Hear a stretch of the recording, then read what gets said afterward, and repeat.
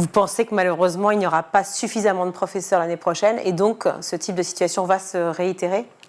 Oui, on a un vrai problème d'attractivité du métier, c'est-à-dire que tous les postes, tous les ans, ne sont pas pourvus.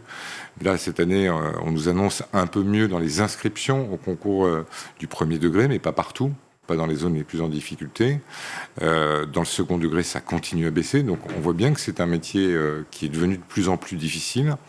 On a des problèmes de conditions de travail. On a des problèmes de rémunération, ça n'attire plus. Et donc, forcément, si les concours ne font pas le plein, qu'en plus on a tous les ans, même lorsque l'on a des possibilités de recruter des contractuels, on n'utilise pas les fonds qui sont dédiés pour cela, eh bien on se retrouve avec une situation extrêmement délicate. Et puis, une absence de volonté gouvernementale, véritablement, de créer suffisamment de postes de remplaçants sur la longue durée, que ce soit dans le premier et dans le second degré. On va détailler chaque point ensemble, si vous le voulez bien, tous les trois.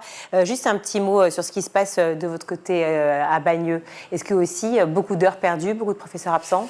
Nous, on a comptabilisé avant les vacances de février plus de 400 jours d'absences non remplacées sur la commune de Bagneux, avec des absences prolongées aussi.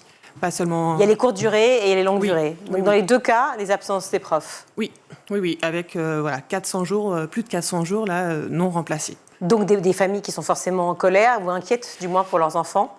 Vraiment en colère et inquiète aussi parce que ça génère des difficultés au niveau de l'endormissement des enfants. Enfin, certains parents déplorent quand même des symptômes d'énurésie de la part de leurs enfants, des angoisses le matin de ne pas savoir si un professeur va être remplacé, s'il va falloir se réorganiser, parce que c'est tous les jours, on attend de savoir si le professeur va être remplacé ou non.